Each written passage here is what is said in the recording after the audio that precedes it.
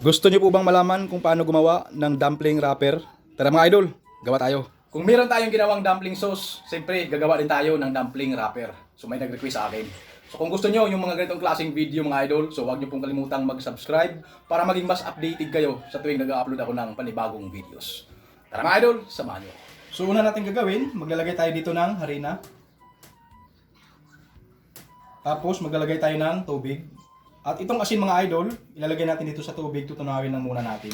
Para sigurado tayong matutunaw yung asin.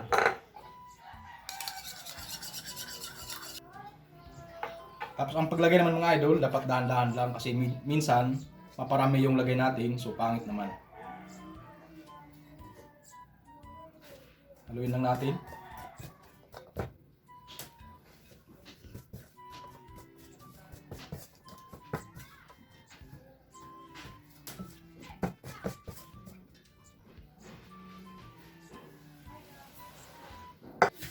At kapag ganito na po yung texture niya, so pwede na po natin kamayin. Pero siguraduhin natin na malinis yung kamay natin, di ba?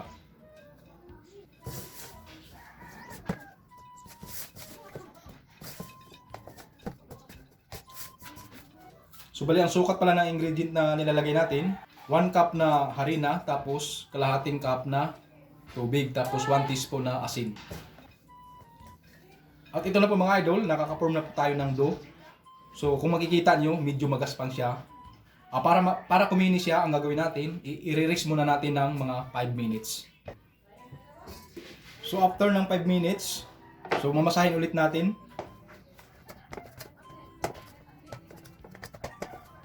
Makikita nyo mga idol, kuminis na siya.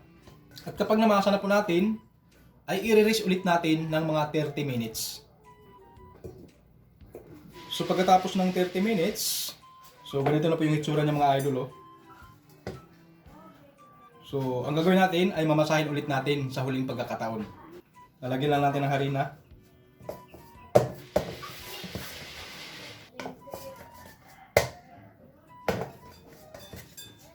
Tuloy po mga idol, ang kinis na po niya. Hahatiin lang natin para hindi tayo mahirapan.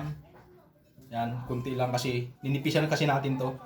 So, dito mga idol, ay gagamit na tayo dito ng rolling pin. Ilalagay ko ng harina para hindi siya dumikit.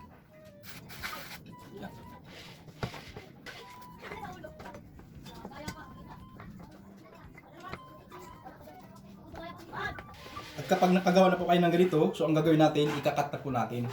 So bali, gagamit ako dito ng baso mga idol para maging pantay yung pagkakat niya. So depende sa inyo kung ano yung gusto nyong design. Pwede nyo bang square ba? Pero mas madali mga idol baso, ganito lang gagawin ng mga idol.